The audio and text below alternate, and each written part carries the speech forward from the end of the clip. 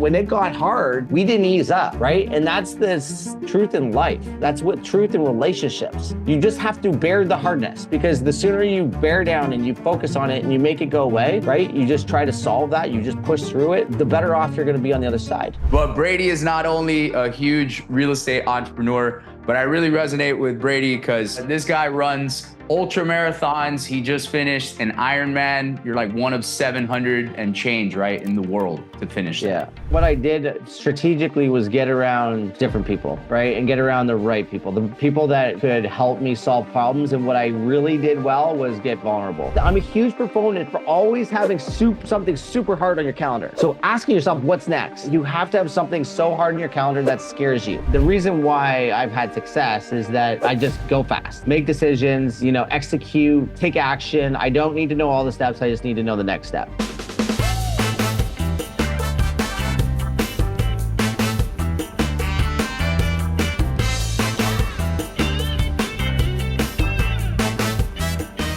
All right, everybody. So welcome to another episode of Flippin' SoFlo. Today we have who's become a really good friend now, Brady McDonald.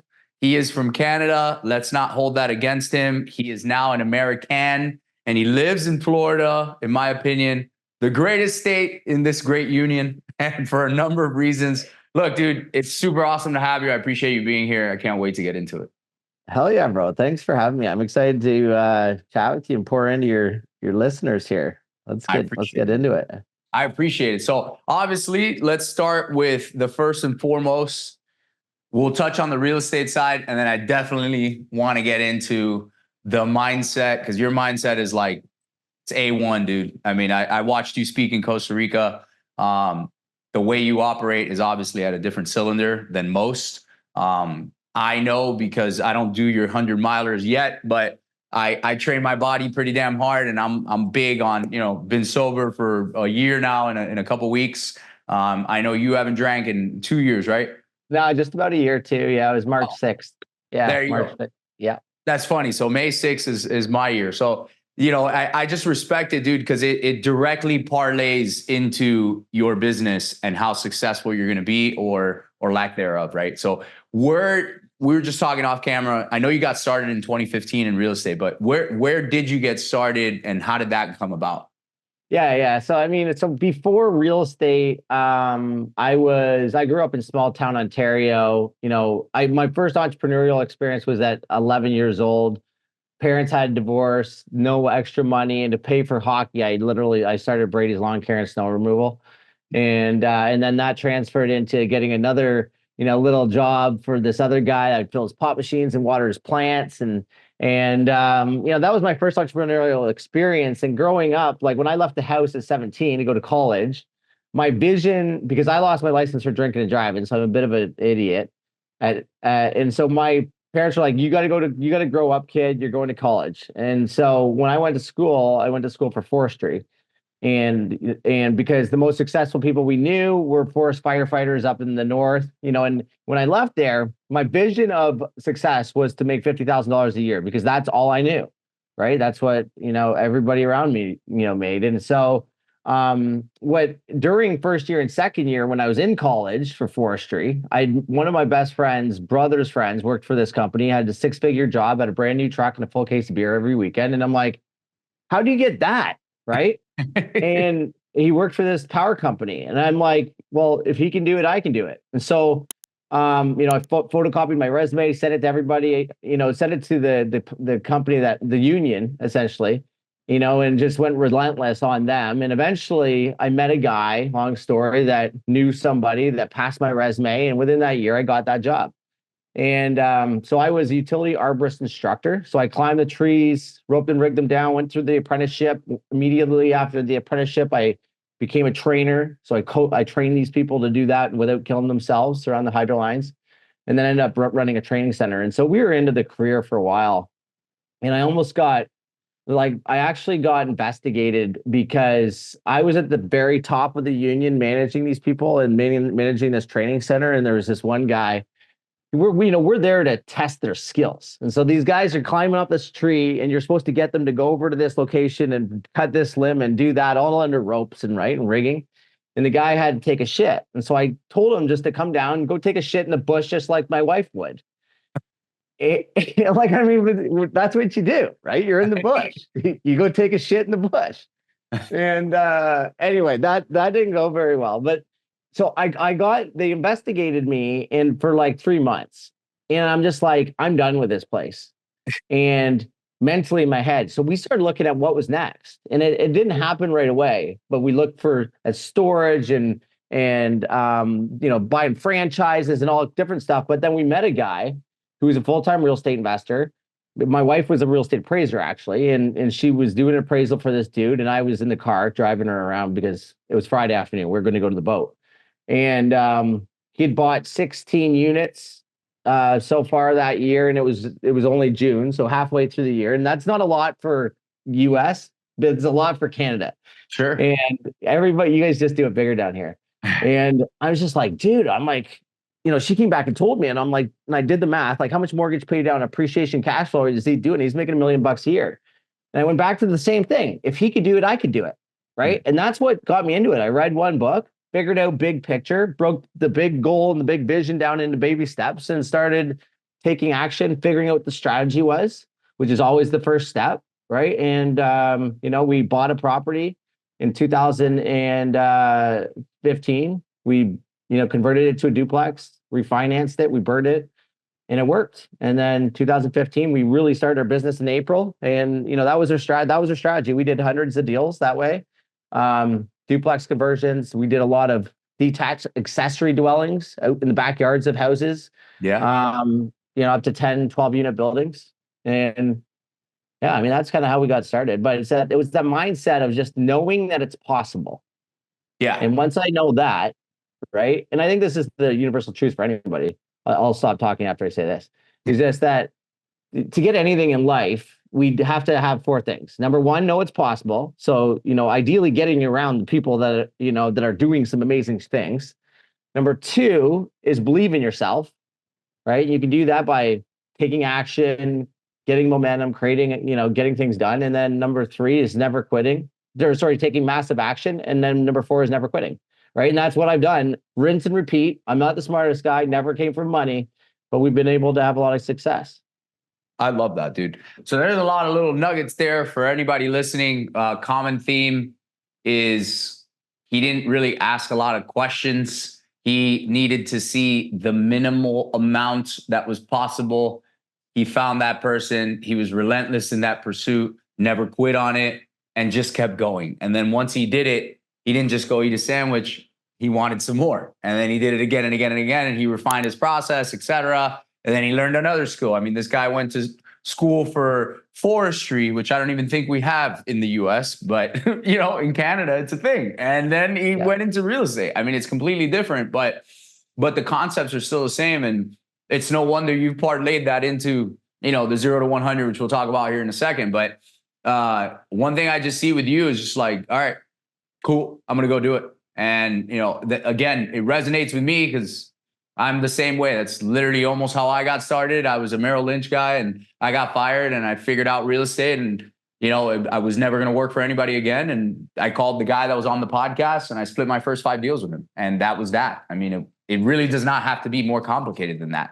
I think people, business is not complicated. People are complicated.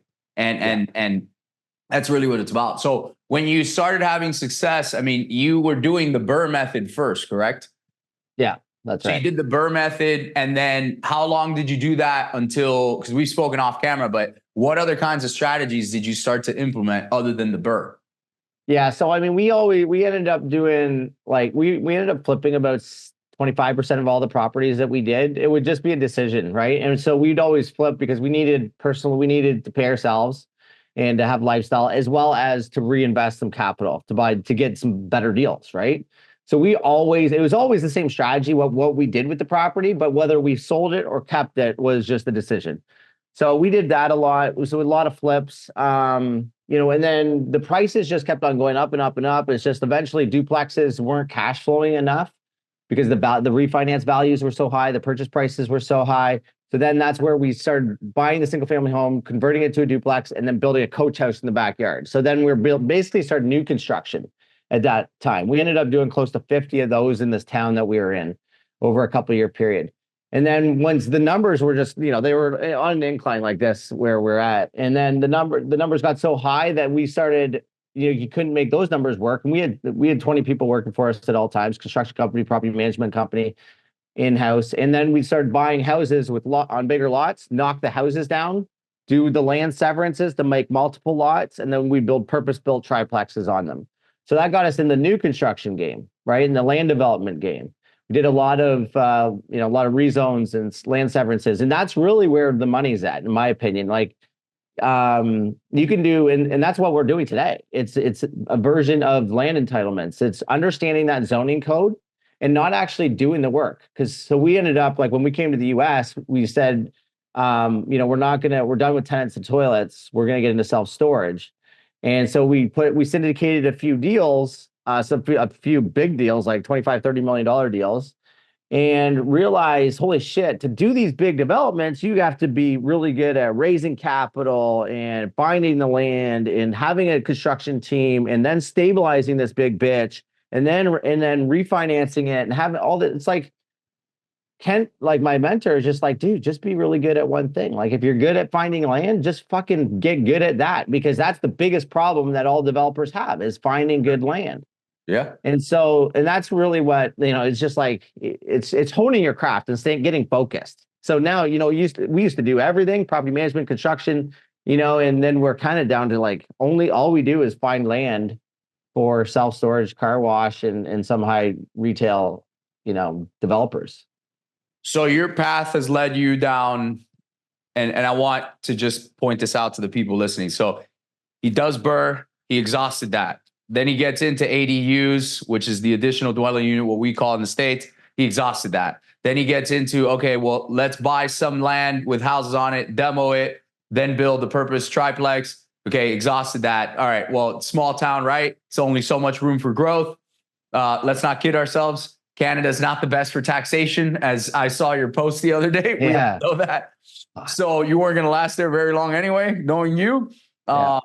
And then you said, okay, well, there's got to be a better way, right? Like eventually, and I've gotten to that point in my career where I'm like, all right, I can wholesale 100 houses a year standing on my head. And I'm not saying that to like be arrogant. I'm just saying I've done it so much after 500 plus transactions. It's literally the same repetitive. You market to the seller, you talk to the seller, you put the thing under contract, you blast it out, you list it on the MLS, you wholesale it. Congrats, right? But there's no residual there. So again, I've exhausted that option. So I'm like, all right, well, I got to buy rentals now, right? Because I'm not trying to get raped in taxes. All right, great. So what do we do there, right? And of course, entitlements. So entitlements is always something that has fascinated me. And, there's a bunch of guys in boardroom that we're both a part of that are really good at it. You being one of them. Rockstar is the other guy that does it at a very, very high tier, in my opinion, and does massive tracks. But entitlements, break it down for people that are watching. What is an entitlement? Yeah. So it's essentially getting, like, people have heard the term highest and best use of land, right? So that's part of it. It's really making sure that you get approvals for land to develop whatever you want to develop. And hopefully what you're developing, what you plan to develop, or what you're getting use approvals or entitlement for is the highest and best use to make the most amount of money. And so it could be rezoning a property from agricultural to residential, which is what, is Brandon does, right? Which is, create a bunch of lots. So there's an approval process to do that. And that's essentially what entitlements are. But what we do is we'll do rezones. So we'll convert a residential lot to maybe C1 or C2, whatever zoning is required for self-storage. And then we'll do environmentals and geotech and surveys. And then we'll have to maybe do site plan approvals. So you'll develop a set of drawings and go through for preliminary site plan approvals. And once you get through the site plan approvals, generally you've removed most of the risk associated to being able to develop it or not. Okay. And that's really what entitlements are. It's mitigating the risk. So right? it's So that way, this is maybe a deal to, okay, this is a deal. This is a viable. Yeah, it is. Yeah. And so generally you want to try to do that under contract. So that way, you're still investing, maybe 100, like 500 grand sometimes, depending on the level of the size of deal. But so there's that investment that you could just not work, right? But the potential loss of 100 grand is a lot less than having a development completely go sideways and already spending $1 million in on the deal, right? So that's essentially what entitlements is. It's just getting use approvals to make sure that you can build what you want to build.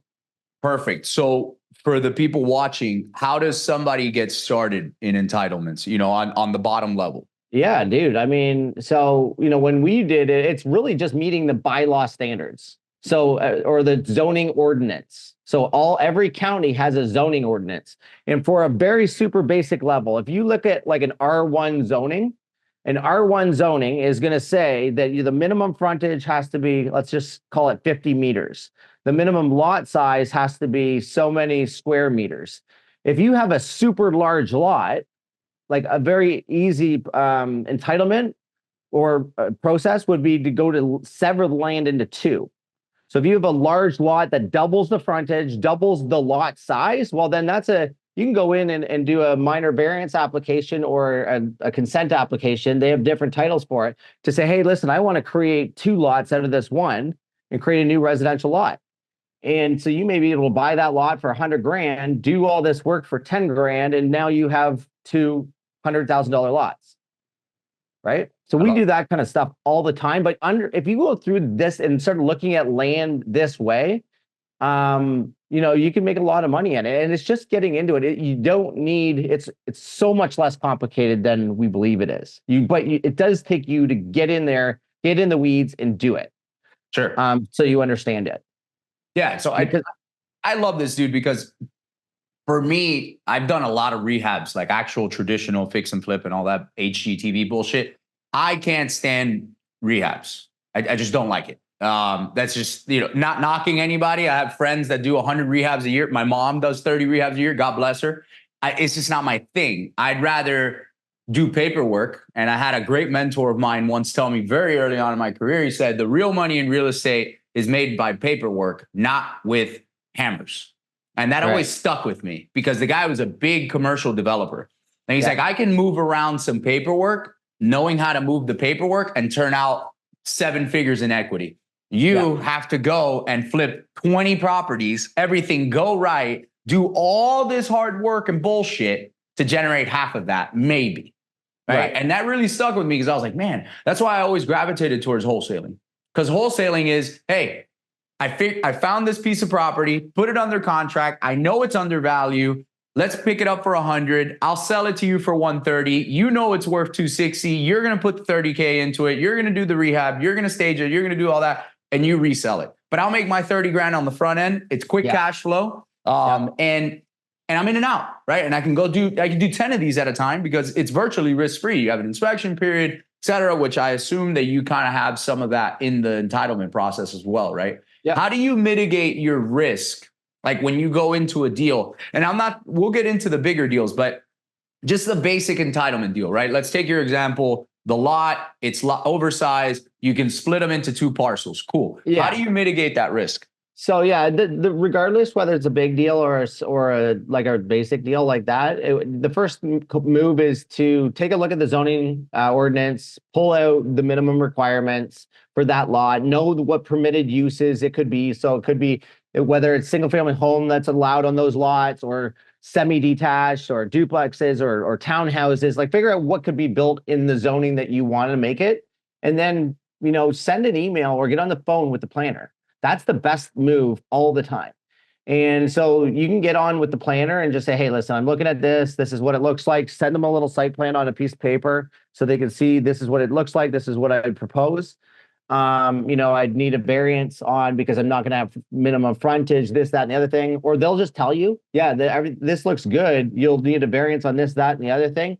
But getting that in a phone call or in an email is all you need. There's a thing called a pre-app meeting that you could have with the zoning department, and they're going to essentially do the exact same thing. And they're going to tell you all the hurdles that you're going to have to go through. They're also going to tell you whether they'll support it or not.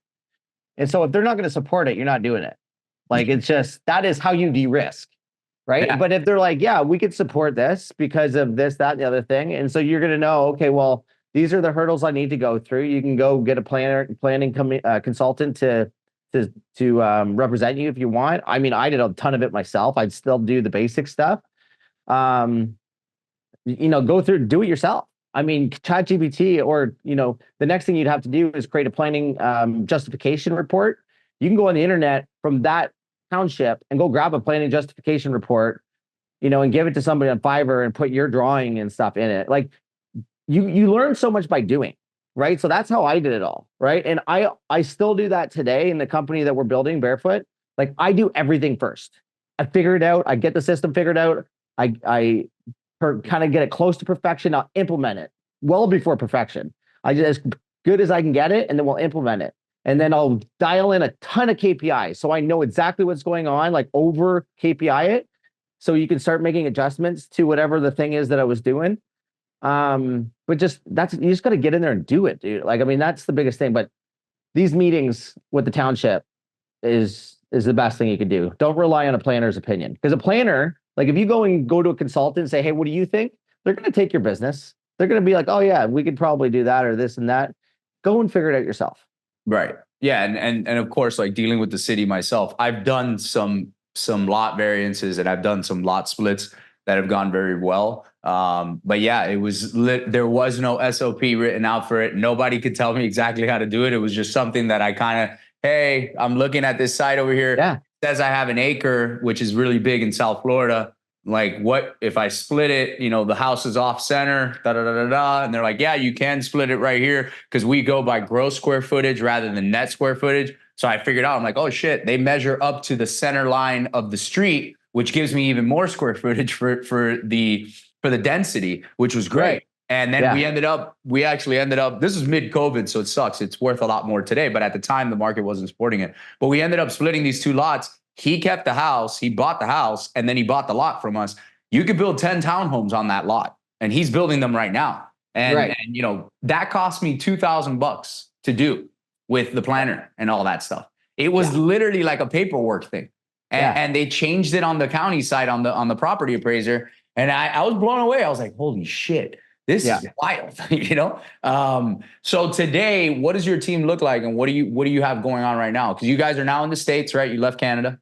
Yeah. So we left Canada 2 years ago. We still have a lot of real estate there. So we're working on exiting Canada because of we just want to be here in the US and be able to be a US tax citizen and take advantage of all the, the great things that you guys have here fully. Like, we can't take full advantage of depreciation and all these things until we exit. And so to exit for us, we'd have to pay millions and millions in taxes and come up with that cash, or we just liquidate, sell everything we have there, pay our tax, as it is, and just call it. So that's what we're working on. So we still have about 40 or 50 properties up there. And then, down here, we're just focused on acquiring land and sourcing land off market. So we've got, right now, there's 15 working for us, 15 or 16. We're hiring 1 or 2 people every week. We started from the ground up in November, essentially. Before that, there was my brother and a couple of VAs and myself, and we transacted a few deals and realized, okay, we need to actually turn this into a real business. And, so we started at the bottom, we started with Google, set up like a real, and set up the infrastructure, redid a CRM, all the CRMs, all the dialers, and all these different components of a wholesale business, essentially. So, and building a big database where we're working on bigger data plays. So we're getting better source data directly into a visualization tool that we have. So when we do hunt for land and build lists, it's like from data that we know and trust because we created it. But it's ultimately like we built the funnel, and now it's just we're literally pouring fuel on it because it's just more people doing the same tasks. So that's ultimately where we're at right now. Right now our KPIs are like, we're running at like only 4 deals a year, which is basically where we have been. But it took us 6 months to build the machine, right? Yeah. So we've just now the machine is we'll see it ramp up now that we've got it built.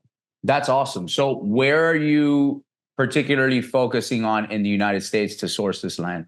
Anywhere, dude. You know, so if it's for storage, it has to be strong rental rates. You know, so you could have, you know, complete shit rates and obviously super strong rates. And we needed over $20 on average per square foot, which means nothing to anybody. But so can't be oversupplied. I mean, it's legitimately across the United States. We're looking at land, and we've got a whole processes to target these super high rental rates areas that are low supply, and we'll go into there and find spots that we think are good. Yeah, I mean, we're doing it nationwide. And you're hunting for particular, because I've heard you say storage several times. Are you hunting particularly for only storage, or you're also doing single family or multifamily, or what's the? So we're doing storage, car washes, and as well as like super high traffic, high retail locations. So you know, places that the Wawas and Chick-fil-A's and like those types of retailers are going in. That's ultimately what we're looking for. Okay. And where you're at right now as you're exiting Canada, because you're doing a lot of stuff right now, dude. It's like a lot going on. Obviously, this dude does not want to get completely railed in Canada for taxation. But at the same token, he's here. He's like, all right, I'm here to stay. I want to be American. Like, I want to take full advantage of all these benefits. So how are you juggling all this stuff? And now we're going to get into the whole lifestyle thing and in your training, which is absurd.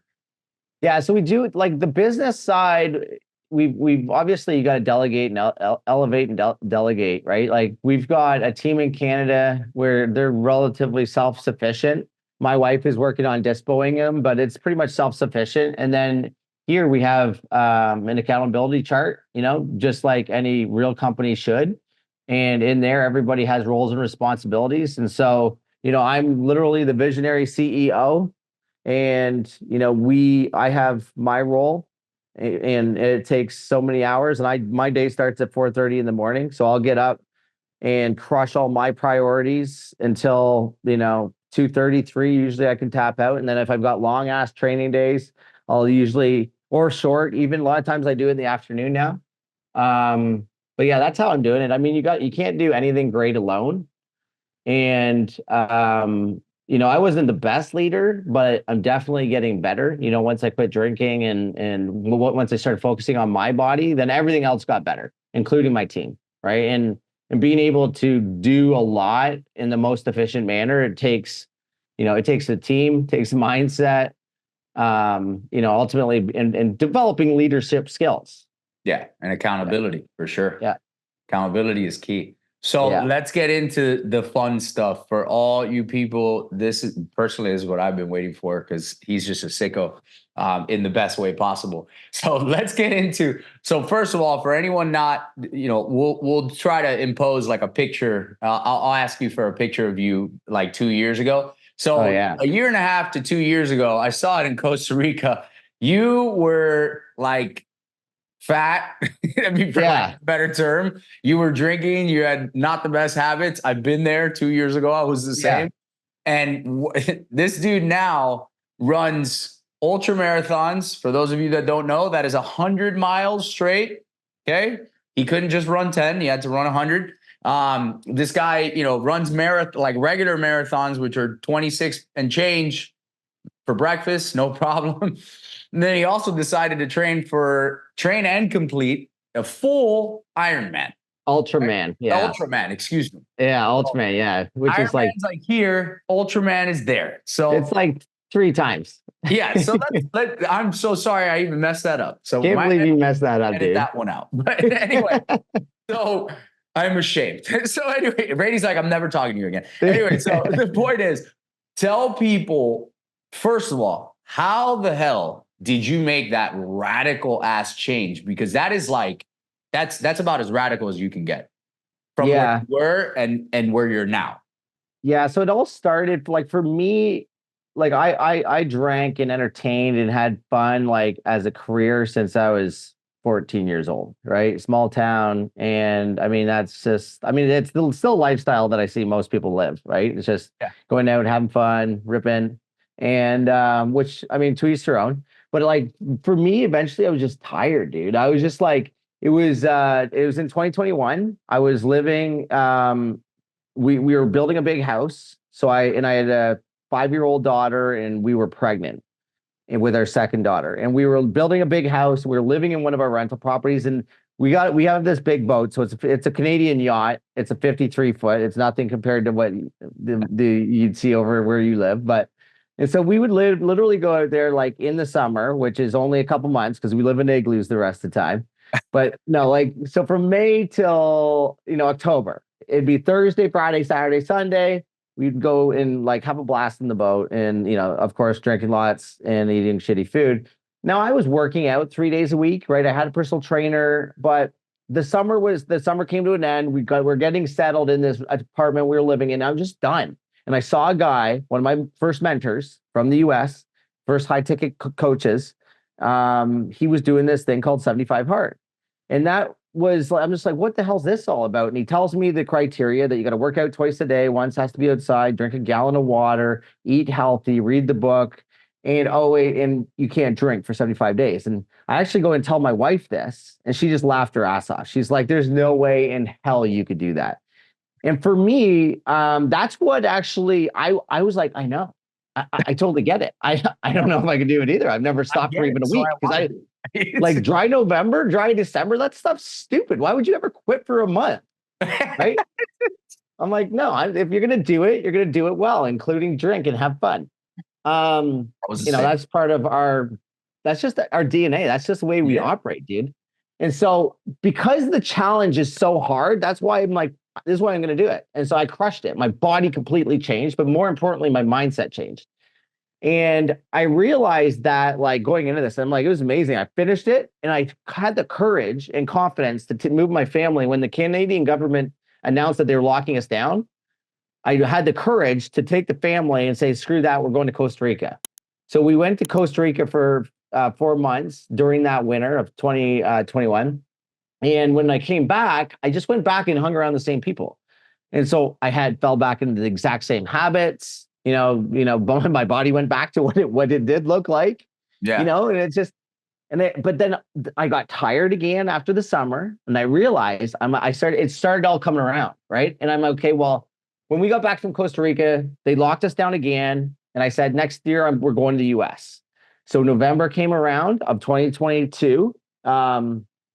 And 2021, November of 2021 came around and we were saying, we got to go to Florida now. So we literally packed up the bags and I said, how can I deal with this drinking thing? So I connected it with looking after my body and doing hard physical things. And so that was the connection, because I realized if I focus on my body, then I'm going to eat healthier. I'm going to be around different people, which is extremely important. And, and that's what's going to keep me, off the sauce. And ultimately then I become a better dad, or better mom, a better husband, a better at business, have more clarity and confidence. And that was the start of it. Now in 2020, January 2022 is when we came to the US. I saw Jesse Itzler do this Ultraman challenge. Oh yeah. Which is I love Jesse. And then, so this is a 6.2 mile swim, 280 mile bike, and a 52 mile ultra marathon run, 3 days long. And I just like, I wasn't.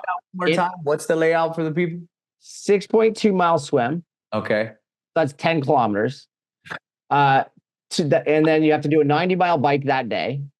And then day two, you have a 12-hour cutoff to do day one. Day two, you have a 172 mile bike, which you also have 12 hours to complete. And then day three, you have a 52 mile run, which you also have 12 hours to complete. That's a double marathon at the end. And that's a double marathon on the last day. Right. And then you go to the moon on the fourth day. Right. You might as well. You're legitimately insane. Circumvent. Okay. So this guy, now I really understand. I remember you saying it in Costa Rica and I was writing it down. I was like, and in my notes, if you go in my journal, it says holy shit at the end. I was like, I underlined holy shit. Well, I remember watching Jesse's stories and I'm like, this is insane. I'm like, and if you don't know who Jesse Itzler is, everybody needs to go check him out and Google him. But like, the guy sold a few companies for $100 million. His wife's Sarah Blakely. Anyway, so super successful. And I started connecting the dots with him doing really hard physical shit and his mindset and his also ability to be super cool and this great business guy. And I said to myself, like, I got to get close to him. So I got super intentional. And I did. I paid 10 grand for this founders thing. And then I was able to get close enough that I became friends with Jesse. I found out who his fitness coach was, because whoever it was that got him to do that, I need to hire him. Yeah. And I hired that guy, right? Chris. And, I didn't really get good. Like, so Chris started training me and I had tons of excuses, dude. Because at this point, I was still drinking, still socializing, still having fun. Like, you're not taking anything in life seriously when you're doing that. And I'm not judging at all. I should say I wasn't taking anything that serious in life, because it just fogs you, right? And we don't even know, because you can't see the forest from the trees because you're in it, but it does. And there's all kinds of little excuses that happen, and I was giving them all, right? And all aspects of my life, not just business and fitness, like relationships, everything was shitty, really. Like, I mean, it looked great on Instagram, but the biggest thing was when I quit drinking, right? And I remember, and the reason why I quit drinking was because we had our 53-foot boat in the Exumas, and we were bleeding like 300 grand to 800,000 a month, bleeding. Our business was. Because the interest rate in Canada went from sub 2 to 7.5%. We were on variable with hundreds of properties. Oof. And then all the developments that we started in the US, or we bought a whole bunch of stuff down here in Florida, dude, right at the peak. All of them under renovations got fucking hit by a hurricane. Oh. You can't sell anything with an insurance claim open, by the way. Right. Yep. And so that sucked a few $100 grand out. Like this stuff happened. Like it was just like getting punched in the knot, like right in the balls every time. And I didn't know how to fix it, man. And I just realized my dad was pretty hard on himself, and he passed, and he was hard. He was a drinker. And I just realized I saw my dad, myself in my dad, or sorry, I saw my dad in my future self. And I saw, like, I just said to myself, like, dude, I either have to deal with this hardship and this pain and make this bad habit go away, or my kids are going to have the same problem. Right. And I, made that pinnacle moment and just said, you know what, I'm going to do it myself. And so I quit, and everything changed. Like when I started training for a 50-mile run with my coach, Chris, 3 months later, across the finish line. It was 109 degrees Fahrenheit. And came first place. Oh shit. But it was insane. It was the most excruciating thing I'd ever done. The hardest thing. 12, and it was 10 hours and 40 minutes to cross it. It was down from Marathon, Florida to Key West. I crossed that finish line, ended up in the hospital for 3 days with rhabdo and dehydration. But I realized at that moment I was on the path, because what happened was what's really interesting for everybody to note is that people need leadership. Everybody is looking to us to be the leader. Okay. And so, your kids are looking up to you, your husband, your wife is looking up to you for leadership, your people that you work with, your coworkers, your friends, everybody's looking up to you for leadership, or to the people around them. And when I did all this stuff, I just showed up in such a big way that it just showed everybody else what's possible. And people start following. And they also, what you're doing is you're showing people that you will put in the work. You show people that you will not quit. And it just really deepens the type of person that you become. Sure. Well, you are becoming. And, when I started doing this hard stuff, my relationships with my kids got better, with my wife, my business opportunities became 10x, because people from the outside could see, the really what kind of a person I am. It's not about the money. It's not about the big deals. It's not about the boats. It's not about the opportunity that you're shining in front of somebody.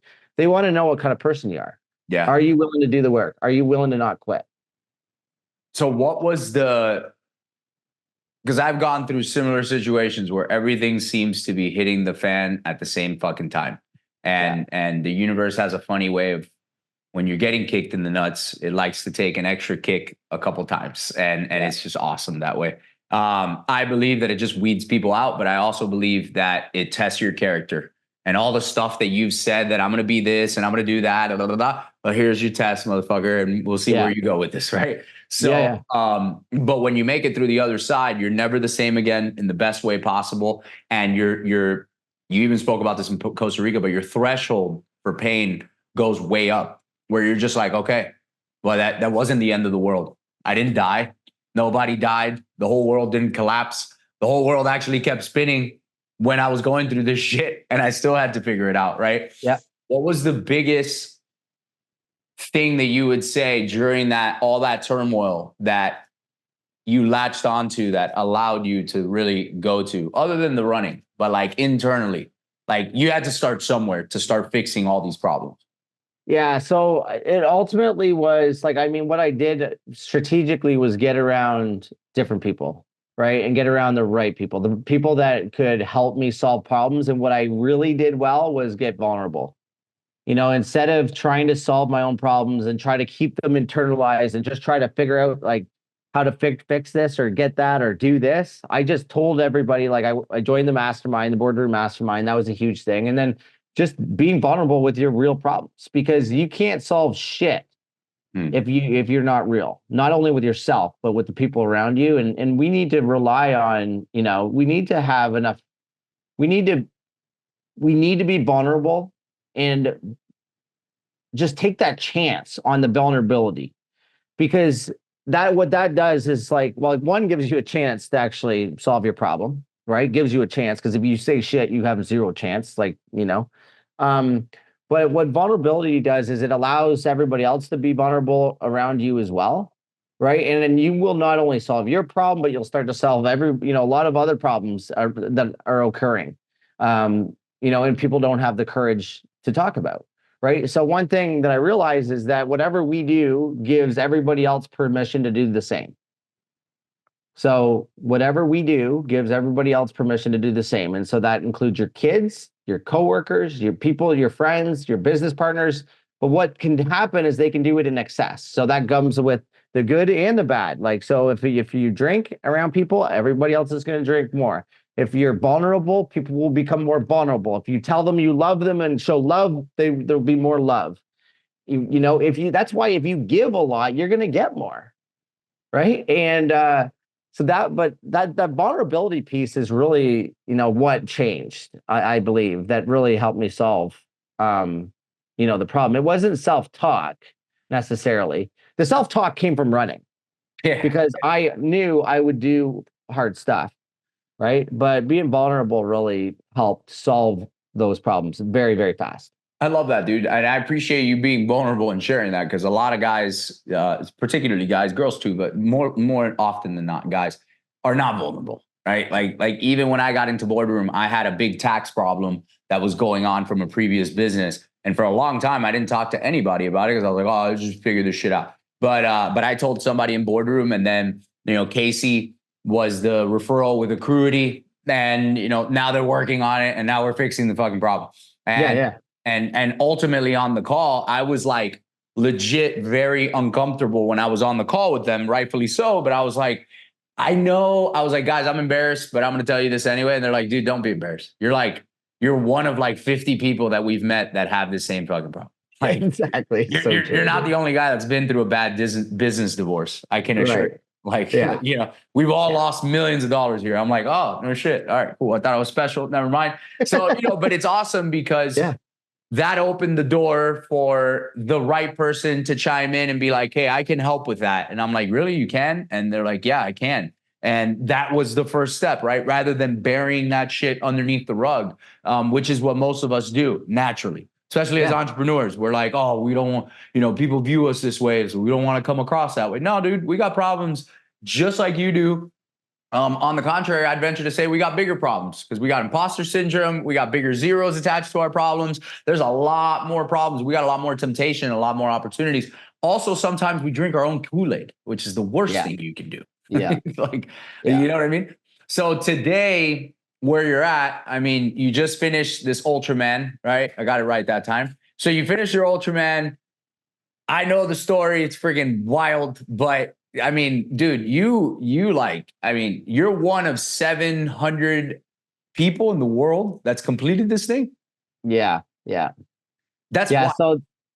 So this thing came around. So remember, I was telling you guys that Jesse Itzler did it, right? Yeah. That was 2 years ago.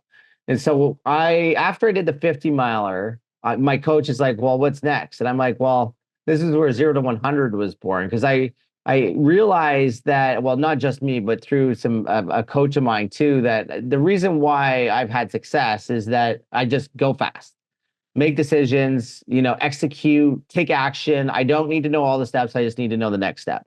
And it's just that level of commitment on towards my goals, my like what I desire, level of commitment to myself, obviously, right now, but also to my family, my businesses, and everything. That's what 0 to 100 is all about, right? And so I said, okay, well, I want to raise $100,000 for children's charities, and I'm not going to run 100 miles. And so we started training for threes. And when I told my coach that, he's like, "That's great, dude, but that's a lot of money." So there's no doubt about the run, apparently. But so we started training for that, trained for 3 months, ran the 100 miles, 22 hours, raised 22 hours 85. straight. Yeah, 22 hours straight. This is wild, people. This guy ran for a full fucking day. Yeah. It was, yeah, we started at 4:30 in the afternoon, ran all night, which was crazy because it was like foggy and dark and we're running, and it's just like it was crazy, dude. And you go into this pain hole, like it's really hard to explain, but when you got to think about eventually, like when you start running and you want to talk and you're having fun and you're communicating, and eventually like you run, 3 hours, 4 hours, you're starting to like, I'm not talking, but I'm listening and I can tolerate that. At 6 hours, you're like, okay, you guys just need to stop talking. After like 12 hours, I'm like, okay, everybody needs to shut the heck up. Right. Like I can't, it's taking every ounce of bandwidth just to tell my body to move. Right. And if you ever work out or run or do anything and hear the wrong song come off and feel how demotivating you get, like instantly when the wrong song comes on, well, that's how it sounded. That's what it felt like when anybody talked. That's how much focus you need. Right. And it's just, so I was in this pain hole, dude, and it changed me. Like it was spiritual because I'm not a spiritual person. I'm becoming one because I've just never experienced anything like this. But it was insane because I had a crew. They were always running with me, right, for these 22 hours. And it was just like this overwhelming sense of love. It's weird to talk about but it was like there was angels carrying me and pushing me. And it would almost tear me up, right? You're just like, oh, because everybody's doing this and watching and making sure that you're good. And like, dude, it was unbelievable. After that, everything just got more beautiful. Like life changed. Like the cloudy days that would be so depressing and crappy, just like it's still a beautiful day, you know? And so after that 100 miles, I was literally feet up. My coach says, "So Brady, can't believe I'm going to ask you this, but what's next?" And that's always a thing. Like I'm a huge proponent for always having something super hard on your calendar. So asking yourself what's next you have to have something so hard in your calendar that scares you. For me, that was getting into real estate, then quitting the job, and then doing more deals, and then buying this big boat and down in Florida in the Florida Keys, and then doing Costa Rica and doing developments, and then running 100 miles and 50 miles and Ultraman. Like there's always something super hard on the calendar, right? Or in the vision. And I said, dude, I want to do Ultraman. And so we didn't really talk too much about it until I went to sign up, and I checked the sign up criteria, and I didn't qualify for Ultraman. Yeah. Because I hadn't done a full distance Ironman before. And I'm like, dude, that sucks. I can't do it. And he's like, well, I guess I guess we know what we're doing. We're going to do a full distance Ironman. And my wife says like 2 weeks later, she's like, Brady, when have you ever taken no for an answer? And I'm like, that's a really good point. So I applied anyway, and I got accepted. And I send that to my coach, and he says, well, that's good news and bad news. And I'm like, and then I read the next text. He's like, good news that you got in. Bad news is that we got literally 3 months to turn you into a cyclist. Because biking, I mean, let alone swimming and everything else, it's all insane. But like biking 280 miles is a terrifying and horrible experience because I hate biking. And So anyway, we did the training. There was long days, dude. There was days where I would, swim one day and 4 hours bike. And then the next day I biked from my Florida City down to Key West. And then I'd come back and run 34 miles the next day. Like, doing these simulation things. And it was just, anyway, the day comes. And so we started, I think it was March 17th, April 17th, March. Yeah, so we started doing this Ultraman. So I showed up in Arizona, and you got to get in this lake and you swim 2.1 mile laps. And, lap 1 was not bad. Lap 2 was crappy, or a little bit crappier. Lap 3 was just living hell, dude. And it took 3 hours and 28 minutes, which is actually quite fast. And it just, pardon me? It sounds fast. Yeah. Yeah, it is kind of fast. Like some people do it in 6 hours, just to give you context. Wow. So I came into the water in 6th place.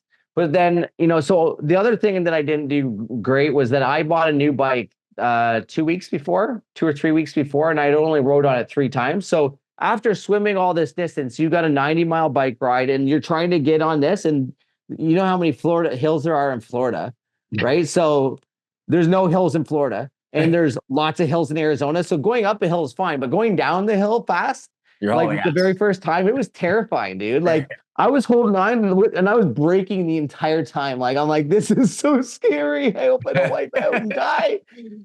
Oh, dude, it was crazy. But anyway, long story short, there was flat tires, and we learned a lot of lessons in that day. And then we were still only we still had 70 miles to go at a 90. And it started raining and hailing and 10-mile-an-hour winds. When you normally go 20 miles an hour on the bike, you're going 12. And it literally would rain for 5 hours straight, torrential downpour. It was so cold, dude. But what I realized was all those people that passed me on this one flat that I had, we learned a lot of the lessons. One was, make sure you could call your crew, because they were nowhere near to be found. They were nowhere to be found during the flat. And got the flat fixed. We fell back by 3 to 5 places, I think. But when it got really cold and really wet, and people started softening up, right? These are savages that I was competing against, but they got soft, and some people did anyway. And when they got soft, we just pushed harder, and we passed everybody that passed us. Plus a couple more. Wow. And that was, we don't have enough time to tell you all the details with all the days, but day 2 was similar, right? Like I had another flat, a few people passed me. It got really hard at the end. There was a 8-mile hill, and all the people that passed me plus 2 more, we passed. And the reason why is when it got hard, we didn't ease up, right? And that's the truth in life. That's what truth in relationships. You just have to bear the hardness, because the sooner you bear down and you focus on it and you make it go away, right? You just try to solve that. You just push through it. The better off you're going to be on the other side. So we finished day 3. I was still in like 9th place, I think, day 2. And day 3, we had a 52-mile ultra run to do. Now, the downside was after day 2, I got SIPE, which is swimmer-induced pulmonary edema, which is essentially you're drowning in your own body fluid. Your lungs are filled with liquid. This is not good, people. This is not good. Let's just say Google that now. And I was very thankful I didn't Google it at that time. Yeah. So I did. I just okay, I got that. That's fine. We're just going to... Just 2 seconds here. Sorry to cut you off, but for the record too, for the people that are watching, I know this, but they don't. Your crew chief was a fucking badass guy that was, not to take anything away from you, but you did a really good crew chief. Like, tell the people. Yeah, so my crew chief was a Navy SEAL. Yeah, a retired SEAL. So a literal Navy SEAL for 21 years. Chris is a fucking stud. I'm sure he didn't give you slack on anything. He didn't give one shit about SIPE. He's like, dude, we get this shit all the time. Like, whatever. So that's fine. So day 3 comes around, and we were just like sticking to the plan. We're going to go out, but my heart rate was elevated, which is fine. I'm like, it'll calm itself down. Well, at mile 14, it didn't. and we had one guy that just went out in an ambulance right before, because he had low oxygen. His oxygen level was at 70%. Well, then I started going downhill, and Chris was actually, the SEAL was with that guy, and when he called the ambulance, then I started going downhill. My heart rate was going to like 180, and when I walked, it was going to 160. And then, we're trying everything we can think of, and talk about being around the right people and having the right people on your side and in your corner, whether it's in business and fitness and everything. But then he took my blood oxygen level, and it was at 70%. But do you think he let me go away in an ambulance? No shot. Hell no. He's like, dude, we're finishing this. It doesn't matter. We're just keep here. And he fixed it. We fixed the problem. Somehow, we got my blood sugar back up, lowered my heart rate. I still ran with that site, 50%, 60% lung capacity the entire way. But I thought for sure I might die. Like there was a chance. And that was only at mile 14, dude. We still had 28 miles to go. But shit got hard.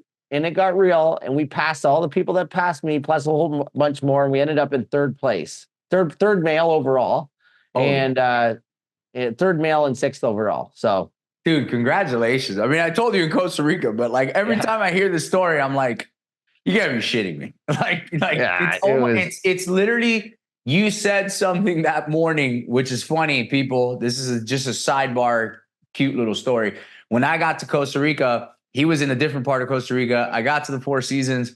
I was there the day before him. I went out. I decided to go out because I knew I was going to see Brady, and it was beautiful countryside. And I was like, you know what? I'm going to go out for a run. And I'm not a runner, I'm 225 pounds, but whatever. I was like, I'm going to go out for a run, and I'm going to make this shit hard. There was like literally almost 45-degree hills in Costa Rica where we were at. It was no joke. 700 steps. Yeah, and then 700 steps at the end. So I did this shit by myself. It was like 2.5 mile run plus the 700 steps. And I got back. I think I did it in like 30 something minutes. So I was not, and I missed my turn, whatever. I get back. Brady gets there the next day. And I'm telling Brady this story. I was like, dude, yesterday, you should have fucking seen me. I ran these 2.5 miles, Brady, and it was sick. And And I'm talking to this guy, and he comes in. He's like, yeah, dude, it's crazy, man. Yeah, it's awesome. Yeah, no, I just ran an Ultraman. And I didn't know what the hell an Ultraman was. And I was like, God, I feel like such a fucking idiot for telling Brady this. But you know what? I think it's an important thing. Like everybody, what's important is that people do hard shit. Yes. That's the important thing. And like people need to realize, don't compare themselves to others. Yeah. Do something that's hard for you. And if you constantly do that, constantly always have something on the calendar that's hard and that's scary, and you feel that you might not be able to accomplish it. But like what that does, when you do that, that's what unleashes that next level of opportunity in things, right? So you need to constantly do that. And if you are constantly pushing yourself and doing the hard things, then all of a sudden you'll do in 1 year or 2 years what most people will take 10 years to do, right? This is where you get the, you're just going to show up to the world in a much crazier way. And you'll show, more importantly, you'll show up to yourself in a crazier way, right? Yeah, I think that's the key, bro. Like, and so what, going back to, because we're gonna wrap up here, but going back to what you said, you always have some hard shit on your calendar. All right, great. So you ran an Ultraman, which is arguably top 5 hardest things to do in the fitness world, right? I mean, yeah, it's probably up there somewhere.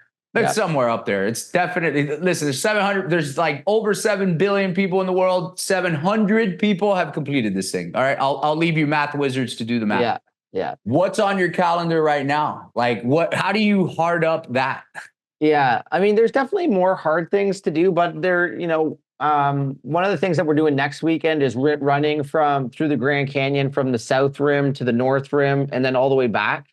But that's more of a friends thing, right? Like, I think life needs to be full of adventure and hard shit, right? Like, if you're going to have a meeting and you want to really actually get to know somebody, you're not going to get to know them at the bar. You're not going to get to know them over dinner. Go for a walk.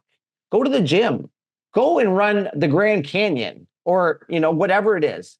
And so that's what I'm really looking forward to doing, is just more hard stuff with friends. Like, I invited you to the marathon weekend in Canada.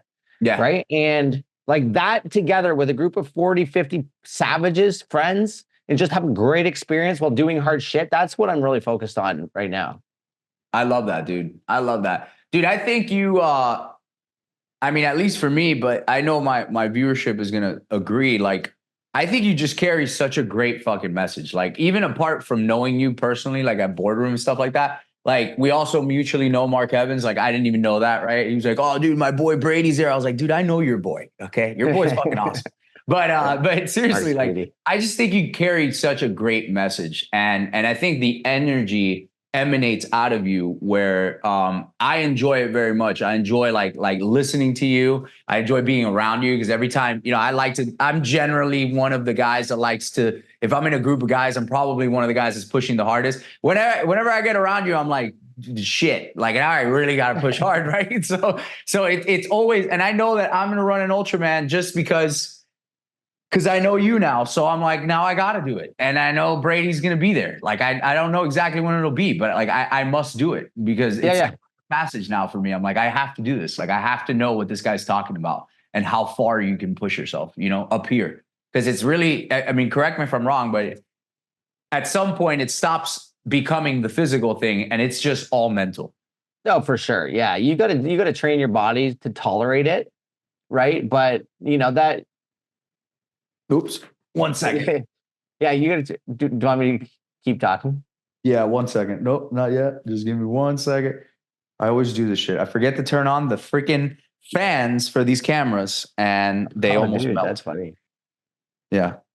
Never fails. My CMO is gonna call me and be like, bro, you did it again.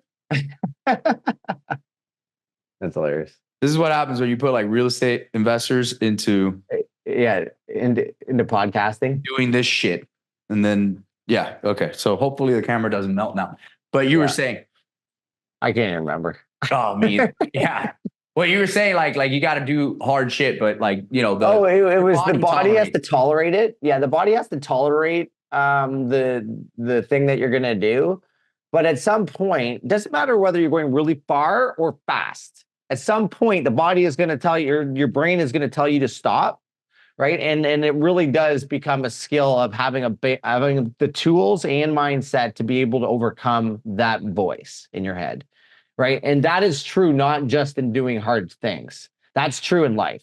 And I think that's what doing hard things on purpose does for you, is gives you the skill to actually excel in hard things in life. When most people quit, you don't. That's why I bought a cold plunge in my backyard. Yep.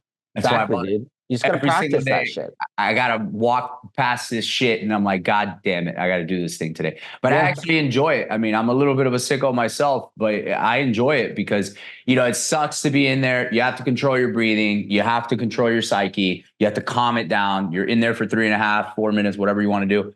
But then the second that you get out, dude, it's a euphoria. Like the rest of the day, I'm like, this is the greatest thing in the world. This is the greatest thing in the world. It almost feels like I'm doing drugs. I mean, I'm not even kidding you. Yeah. I'm like, should be illegal. Like, it's crazy to feel that way, you know, after. Yeah. And that's so true for everything. Like short-term pain for long-term gain. I mean, it's the ratios of suck to amazingness, regardless, as long as you do it intentionally, like it's 10x. I love it, man. Well, listen, dude, thank you for being here. Thank you for sharing your story. And, you know, from land entitlements to, you know. Yeah, that was a great chat, dude. I'm so glad we got into that entitlement stuff. I mean, it was great chatting with you, bro. And I just want to let you know, like, I love your energy and like, you're like 10, not quite 10 years, but like maybe 8 years younger than me. And I'll be the old guy trying to keep up with you sometime soon. I'll get your ass across that finish line. I appreciate it, dude. No, listen, it's always a pleasure, bro. I love it. And thanks again, man. I really appreciate you, Will. All right, brother.